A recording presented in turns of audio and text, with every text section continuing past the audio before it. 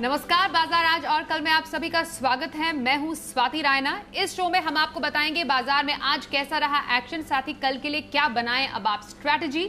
हमारे साथ शो में शामिल होंगे जी बिजनेस के मैनेजिंग एडिटर अनिल सिंह भी। इनसे समझेंगे कल के बाजार पर क्या रहे आपकी खास तैयारी।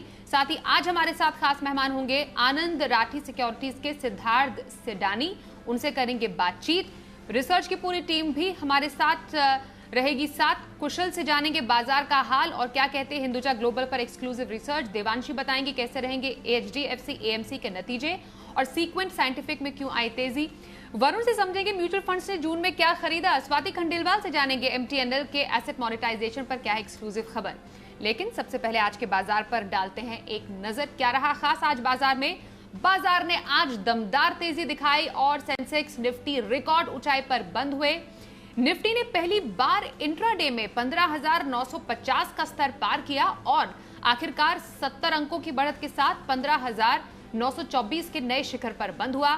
सेंसेक्स करीब 250 अंकों के उछाल के साथ 53,158 की रिकॉर्ड ऊंचाई पर बंद हुआ। निफ्टी बैंक की बात करें 240 अंकों की तेजी देखी गई और इसी के साथ 35,900 के ऊपर बंद होने में निफ्टी बैंक कामयाब रहा। मिड कैप और स्मॉल कैप इंडेक्स भी नए शिखर पर आज बंद हुए। आईटी शेयरों में शानदार तेजी के दम पर आईटी इंडेक्स ने भी आज रिकॉर्ड क्लोजिंग दी। एफआईआईज और डीआईआईज की तरफ से क्या खास संकेत आज मिल रहा है, समझते हैं। एफआईआईज यानी विदेशी संस्थागत निवेशकों ने कैश मार्केट में 265 करोड़ रुपए की आज बिकवाली की, तो डीआईआईज यानी घरेलू संस्थागत निवेशकों ने 439 करोड़ रुपए की आज खरीदारी की है।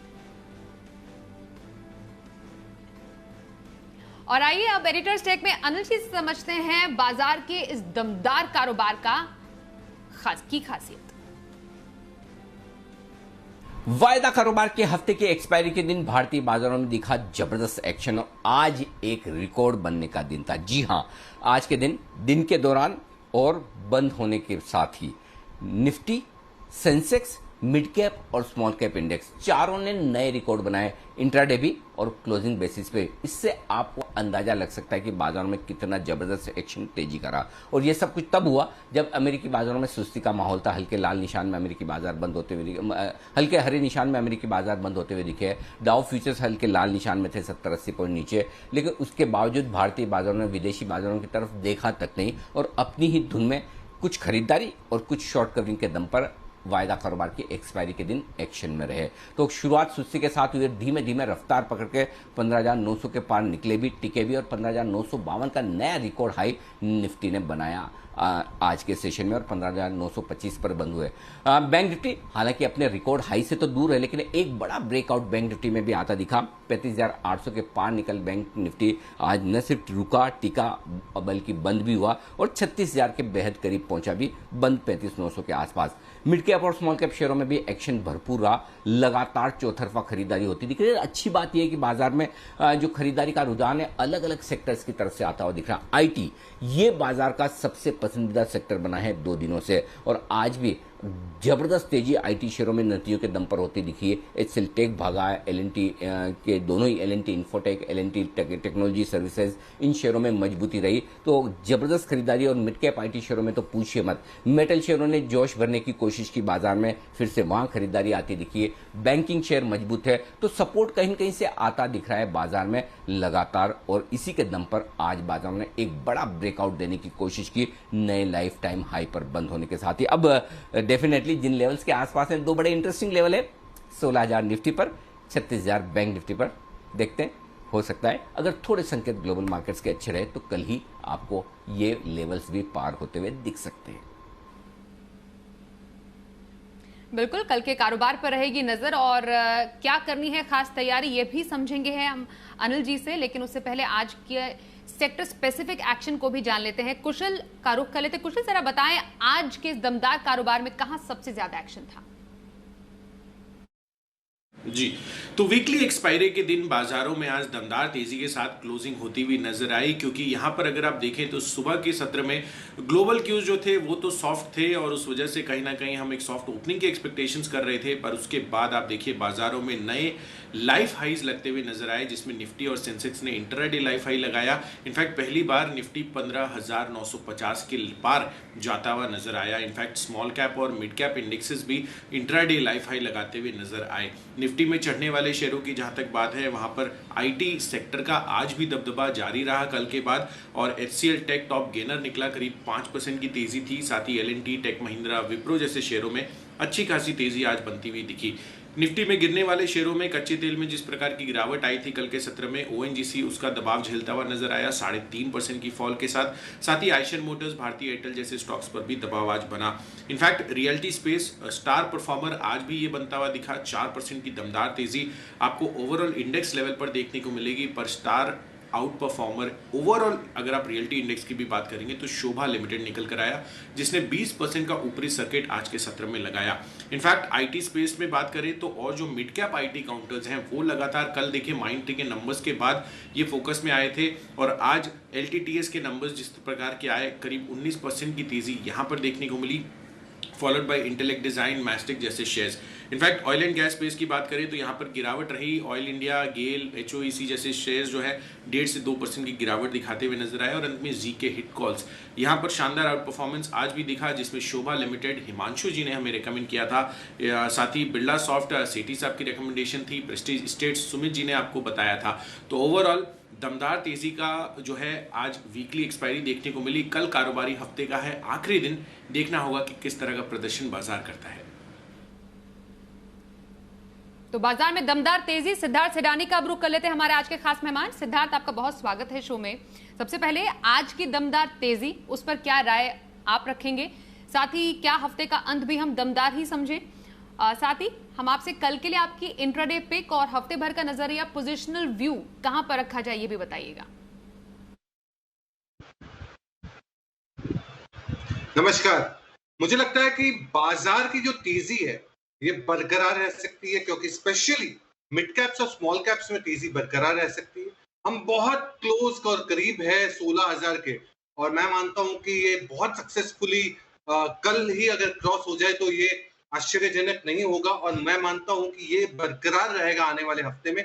जुलाई का महीना बहुत सारे ट्रिगर्स के साथ भरा हुआ है, जैसे कि रिजल्ट सीजन, मॉनसून का आगमन, बहुत जगह स्प्रेड हो गया है मॉनसून, तो ये सारे जो ट्रिगर्स हैं ये बहुत मजबूत कर सकते हैं बाजारों को। तो मैं पॉजिटिव हूं बाजार को देखते हुए, और अगर शॉर्ट टर्म के हिसाब से अगर देखा जाए तो शॉर्ट टर्म में मुझे लगता है कि रियल एस्टेट पैक बहुत ही बेहतरीन कर रहा है, तो उसमें से एक स्टॉक लेना चाहूंगा कल के लिए, और वो होगा डीएलएफ। डीएलएफ को चुनना चाहूंगा। मुझे लगता है कि यहाँ पे एक तेजी बन सकती है। डीएलएफ में टारगेट होना चाहिए 340 का, और स्टॉप लॉस अगर आप लगाना चाहे तो 312 के करीब आप स्टॉप लॉस लगा सकते हैं। डीएलएफ बहुत ही दमदार स्टॉक है जिसके ऊपर आप ध्यान दे सकते हैं कल के लिए। रियल एस्टेट पैक में तेजी है और डीएलएफ इसका अव्वल नंबर लीडर है। साथ ही साथ अगर पोजिशनल तौर पे देखा जाए तो एक यूनिक और मोनोपोली बिजनेस लेके आया हूं, और ये यूनिक और मोनोपोली बिजनेस है Indian energy exchange, IEX. IEX पे ध्यान देना चाहिए, ये बहुत ही बेहतरीन कंपनी है। टारगेट होगा 460 रुपए का, और मैं मानता हूं कि जिस हिसाब से इनका 95% का मार्केट शेयर, 500 से ज्यादा डिस्ट्रीब्यूशन कंपनी जुड़े हुए हैं, 50 से ज्यादा पावर जनरेशन कंपनी जुड़ी हुई है, तो मैं मानता हूं कि जिस हिसाब से इनके मार्जिन 60% के करीब है, इंडियन एनर्जी एक्सचेंज 460 के टारगेट के लिए जरूर आपको दाव लगाना चाहिए पोजिशनल तौर पे। बिल्कुल, तो सिद्धार्थ से हमने उनकी इंट्राडे पिक और पोजिशनल पिक समझी। बातचीत जारी रहेगी आज के खास मेहमान से, लेकिन उससे पहले एक एक्सक्लूसिव खबर आप सभी के लिए है, और आपको बता दें ये एक्सक्लूसिव खबर है एमटीएनएल के एसेट मोनेटाइजेशन से जुड़ी हुई, जिसको लेकर अब सरकार एक्शन में आ गई है। और एक्सक्लूसिव जानकारी जो हमें मिल पा रही है उसके तहत कुछ एसेट का चुनाव हो सकता है। हमारे साथ जी बिजनेस के एग्जीक्यूटिव एडिटर स्वाति खंडेलवाल है। स्वाति, एमटीएनएल से जुड़ी हुई ये एक्सक्लूसिव खबर क्या है, इसके मायने? बिल्कुल, आपने सही कहा, और हम लगातार आपको बता रहे हैं सरकार का जो एसेट मोनेटाइजेशन का प्लान है वो धीरे-धीरे तेजी पकड़ रहा है। और अब इनफैक्ट एमटीएनएल पर भी जो काम हुआ है, रीसेंट अपडेट ये है कि सरकार ने जो पहले चरण में, फर्स्ट फेज में एसेट मोनेटाइज के लिए जो एसेट्स आइडेंटिफाई किए वो करीब-करीब तय हो चुके हैं। इनफैक्ट रियल एस्टेट और लैंड एसेट्स चुने गए हैं, उनमें से वसई हिल, मुलुंड और मुंबई में सिफोली के 36 एकड़ लैंड इसका पार्ट है जो मोनेटाइज किया जाएगा। साथ ही दिल्ली में कुछ शॉप कम ऑफिस कॉम्प्लेक्सेस हैं, नोएडा में रेजिडेंशियल क्वार्टर्स भी है जो इसके एसेट मोनेटाइजेशन के प्लान में इंक्लूड होंगे। इंटरेस्टिंग बात यह है कि MSTC जो कि सरकारी कंपनी है, ये एक ऑनलाइन ई बिडिंग प्लेटफॉर्म पर इन सब एसेट्स को बेचेगी। इनफैक्ट MTNL ही नहीं, और भी आगे कंपनीज होंगी जिनका बिडिंग ई ऑक्शन जिसे कह सकते हैं होगा MSTC के प्लेटफॉर्म पर। बट MTNL के लिए अच्छी खबर है, क्योंकि बहुत वक्त से हमें पता है कि सरकार कोशिश कर रही है जो इनके एसेट्स हैं उनको लिक्विडेट करने के लिए। कंपनी में तो कुछ दम है नहीं, लॉस मेकिंग है, बट इनके पास जो एसेट्स हैं वो बहुत इंटरेस्टिंग है, बहुत ज़्यादा वैल्यू के हैं, और इसका एक एक करके मोनेटाइजेशन शुरू हो रहा है। तो पहला चरण अब बिल्कुल आते हुए जल्द ही सरकार की तरफ से। बहुत शुक्रिया स्वाति, MTNL से जुड़ी हुई इस एक्सक्लूसिव खबर हम तक पहुंचाने के लिए। सिद्धार्थ, आपसे MTNL पर एक व्यू लेना चाहेंगे। खबर काफी अच्छी है, स्ट्रांग है। क्या यही हम रिस्पांस शेयर में भी देख सकते हैं? बिल्कुल देख सकते हैं, क्योंकि जिस हिसाब से इनके लैंड पार्सल्स है और इसकी जो मोनेटाइजेशन होने वाली है, इसके कारण स्टॉक में जरूर मजबूती रहेगी। हालांकि मैं ये कहना जरूर चाहूंगा, इस पे हमारी कोई राय ना टारगेट्स है, बट मजबूत रह सकता है शेयर आने वाले समय में। ओके, तो मजबूत रहने के पूरे आसार MTNL के। चलिए आगे बढ़ते हैं, और अगली खबर जो है वो आने वाले नतीजों से जुड़ी हुई है। HDFC AMC अपने नतीजे पेश करेगी। क्या हम एक्सपेक्ट कर सकते हैं नतीजों से? देवांशी का रुख कर लेते हैं। देवांशी, जरा बताएं, HDFC AMC नतीजों का अनुमान क्या कहता है? HDFC AMC से इस तिमाही में अच्छे नंबर्स का अनुमान किया जा रहा है। अब देखिए जो एवरेज AUM है उसमें अच्छी ग्रोथ देखी जा सकती है, और साथ ही इसी के चलते इनकी जो टॉप लाइन है उसमें आपको अच्छी बढ़त देखने मिल सकती है। इस बार आप देखिए इनकी जो इक्विटी सेगमेंट में फोकस है वो काफ़ी ज़्यादा था, और इसी के चलते इनके मार्जिन्स में भी और जो यील्ड्स हैं वो इस बार बढ़ते हुए दिखेंगे। तो कुल मिला के जो नंबर्स हैं, जिसमें जो टॉप लाइन है उसमें करीब 28 से 30% तक की बढ़त का अनुमान लगाया जा रहा है। इसके साथ ही इनका जो मुनाफा है वो 20% तक बढ़ता हुआ दिख सकता है, और साथ ही जो एवरेज AUM है कंपनी का उसमें 18% तक की ग्रोथ की उम्मीद की जा रही है। इन ऑल HDFC AMC से अच्छे नंबर्स का अनुमान इस तिमाही में किया जा रहा है। तो अनुमान लगाया जा रहा है HDFC AMC से कि अच्छे नंबर ही पोस्ट करेगी कंपनी। लेकिन सिद्धार्थ, क्या नतीजों से पहले कोई पोजीशन होल्ड की जा सकती है, उसके बाद स्ट्रैटेजी सेट करें?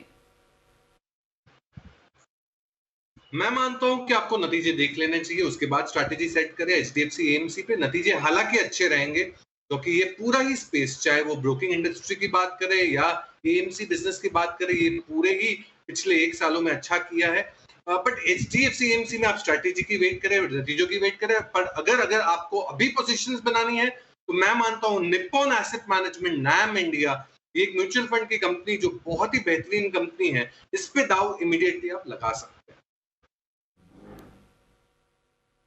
ओके, चलिए अब आगे बढ़ते हैं अगली खबर की ओर। म्यूचुअल फंड से जुड़ी हुई खबर, जून में क्या खरीदा क्या बेचा, ये इंटरेस्टिंग एक पूरा डेटा निकाल कर लाए हैं हमारे सहयोगी वरुण दुबे। उनका रुख कर लेते हैं। वरुण, जरा बताएं, म्यूचुअल फंड मई के मुकाबले जून में कैसे नंबर्स? देखिए, वैसे तो अगर आप देखेंगे तो जून के महीने में म्यूचुअल फंड स्कीम जो है उनमें जो इन्फ्लोज है वो आधे हो चुके हैं। जो नेट इन्फ्लोज है 9,235 करोड़ से कम होकर 4,600 करोड़ के आसपास आ चुका है। लेकिन इसका सबसे बड़ा कारण है कि रिडेम्पशन जो है पिछले महीने में वो काफ़ी ज़्यादा हुए हैं, लोगों ने काफ़ी पैसा जो है मार्केट से निकाला है, तो कहीं ना कहीं उसका इम्पैक्ट देखने मिला। वैसे अगर आप देखेंगे तो SIP में करीब 9,156 करोड़ के आसपास की इन्फ्लोज आए हैं, जबकि मई के महीने में 8,819 करोड़ के आसपास के इन्फ्लोज थे। लेकिन काफ़ी सारे स्टॉक्स ऐसे हैं जहाँ पे म्यूचुअल फंड्स ने जम की खरीदारी की है, और खासकर कंजम्पशन रिलेटेड जो स्पेस है वहाँ पे म्यूचुअल फंड्स का इंटरेस्ट जो है वो काफ़ी हद तक बढ़ता हुआ दिखाई दे रहा है। सबसे ज़्यादा खरीदारी की गई है TVS मोटर्स में 1275 करोड़ के आसपास की। ITC यहाँ पे म्यूचुअल फंड्स ने करीब 1210 करोड़ के आसपास की खरीदारी जो है वो केवल जून के महीने में की है। इसके अलावा HDFC bank, Reliance Industries, ICICI bank, इन तीनों काउंटर में 1000 करोड़ से ज़्यादा की खरीदारी हुई है। श्रीराम ट्रांसपोर्ट, SBI कार्ड और टेक महिंद्रा में करीब 800 से 900 करोड़ के आसपास की खरीदारी जो है वो म्यूचुअल फंड्स के द्वारा की गई है। कुछ ऐसे भी काउंटर्स है जहाँ बिकवाली हुई है। सबसे ज़्यादा बिकवाली अगर कहीं हुई है तो इन्फोसिस के काउंटर में करीब 3,000 करोड़ 3,100 करोड़ के आसपास की बिकवाली म्यूचुअल फंड द्वारा की गई है। वहीं ONGC और NTPC में भी 600 करोड़ के आसपास की बिकवाली की गई है। तो काफ़ी सारे स्टॉक्स ऐसे हैं जहाँ पे बिकवाली हुई है, लेकिन काफ़ी सारे स्टॉक्स ऐसे हैं जहाँ पे म्यूचुअल फंड्स का इंटरेस्ट जो है वो अब लगातार बढ़ रहा है। और खासकर जो कंजम्पशन रिलेटेड स्टॉक्स हैं वहाँ पर अगर आप देखेंगे तो म्यूचुअल फंड्स का इंटरेस्ट जो है काफ़ी बढ़ रहा है। टीवीएस मोटर्स और आईटीसी इसमें है, और साथ साथ बैंकिंग काउंटर्स में भी काफ़ी इंटरेस्ट बढ़ रहा है। एचडीएफसी बैंक और आईसीआईसीआई बैंक इनके टॉप लिस्ट में शामिल थे। बहुत शुक्रिया आपका करेंगे वरुण इस पूरी जानकारी के लिए। और आइए बानल जी से समझते हैं कल के बाजार पर क्या रहे आपकी खास तैयारी और बाजार के लिए अहम संकेत कहां से मिलेंगे। जहां तक कल के बाजारों का सवाल है, भारतीय बाजारों के बंद होने के वक्त 75 से 100 पॉइंट नीचे डाउ फ्यूचर्स ट्रेड करते हुए दिख रहे थे, यानी कि अमेरिकी बाजारों से एक कमजोर ट्रेडिंग सेशन की आशंका तो है, लेकिन फ्रेश खरीदारी और शॉर्ट कवरिंग के चलते भारतीय बाजारों पर कोई खास असर पड़ा नहीं। दिन के हाई पॉइंट के नजदीक जाकर बाजार बंद होने में कामयाब रहे। तो देखते हैं अमेरिका में किस तरह का सेशन आज देखने को मिलता है, उसका असर और साथ ही डाउ फ्यूचर्स का असर ओपनिंग के लिहाज से पड़ेगा। लेकिन अगर मजबूती दिखी और ऊपर खुले तब तो ठीक, कमजोर खुले तो भारतीय बाजारों में 15,750 15,800 बेहद मजबूत सपोर्ट का काम करेगा और इस रेंज के नीचे जाने के चांसेस अब कम होते दिख रहे हैं, पहली बात। दूसरा, ऊपरी स्तरों पर 16,000 के आसपास हल्की रुकावट है और एक बार 16,000 को पार करके टिके और बंद होते दिखे तो फिर बाजार एक नई ही रेंज में जाने की तैयारी करते हुए दिखेंगे।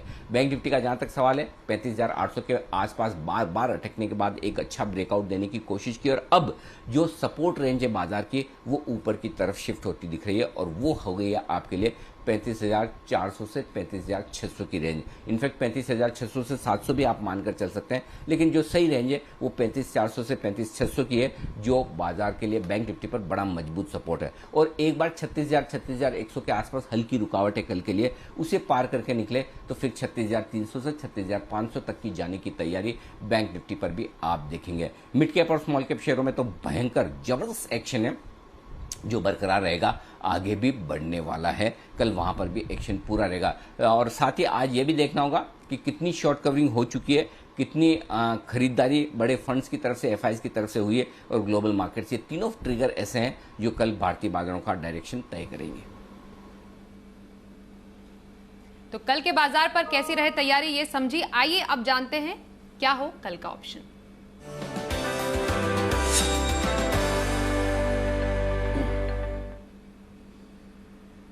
बात करते हैं चॉइस ब्रोकिंग के सुमित बगड़िया से। सुमित जी, बहुत स्वागत है आपका शो में। कल के लिए कहां रखे option strategy? Good evening Swati. आज मार्केट्स में हमने लाइफ टाइम हाई लेवल्स देखे हैं, तो कल का ऑप्शन तेजी की तरफ का होगा, कॉल लेने का सलाह रहेगा। तो जो पहला स्टॉक है वो है बायोकॉन। बायोकॉन में बहुत दिनों के बाद एक मोमेंटम बिल्डअप हुआ है और 400 के ऊपर आज मूव देखने को मिला है। तो बायोकॉन में 400 का कॉल 11 साढ़े 11 के आसपास लेने का सलाह रहेगा। 7.5 रुपए का इसके अंदर स्टॉप लॉस लगाना है। ऊपर में टारगेट रहेंगे 18 रुपए से लेकर 20 रुपए तक का। तो पहला स्टॉक है बायोकॉन। दूसरा स्टॉक जो है वो भी कॉल है, बाय साइड का व्यू है यूपीएल। यूपीएल में भी एक स्ट्रॉन्ग मोमेंटम बिल्डअप हो रहा है और यूपीएल भी यहाँ से ऊपर का मूव दिखाना चाहिए। तो यूपीएल में 850 वाला कॉल 17 रुपए के आसपास लेने का सलाह रहेगा। 11 रुपए का इसके अंदर स्टॉप लॉस लगाना होगा। 850 के कॉल में ऊपर में जो टारगेट बनेंगे 25 से 30 रुपए के बनेंगे। तो दूसरा स्टॉक है यूपीएल।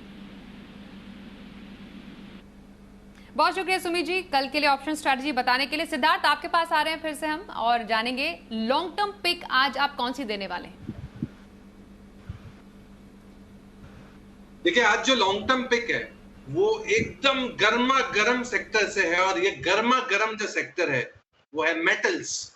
मेटल्स से स्टॉक लाया हूं लॉन्ग टर्म के हिसाब से और ये कंपनी होगी टाटा स्टील। पेरेंटेज बैकग्राउंड तो हम सभी जानते हैं, टाटा ग्रुप है, बहुत ही बेहतरीन ग्रुप। टाटा स्टील पे खरीदारी की राय है।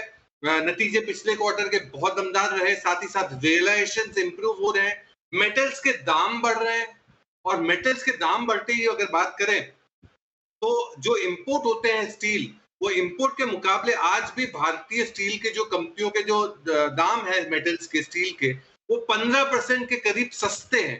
तो आज भी मुझे लगता है कि बहुत बड़ा स्कोप है मेटल्स के प्राइसेस के बढ़ने में। और डेट कर्ज की बात करें तो टाटा स्टील ने बहुत हद तक कर्ज मुक्त किया है, कर्ज रिटायर किया है।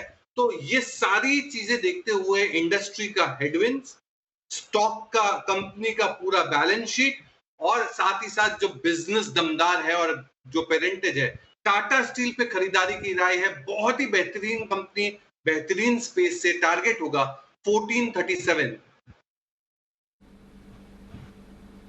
तो long term pick Tata steel में खरीदारी की सलाह सिद्धार्थ सेडानी की। बहुत शुक्रिया सिद्धार्थ, आज आप हमारे साथ बाजार आज और कल में शामिल हुए और हमारे तमाम सहयोगियों का भी करेंगे शुक्रिया हम तक एक्सक्लूसिव खबर और रिसर्च पहुंचाने के लिए। आज इस शो में बस इतना ही।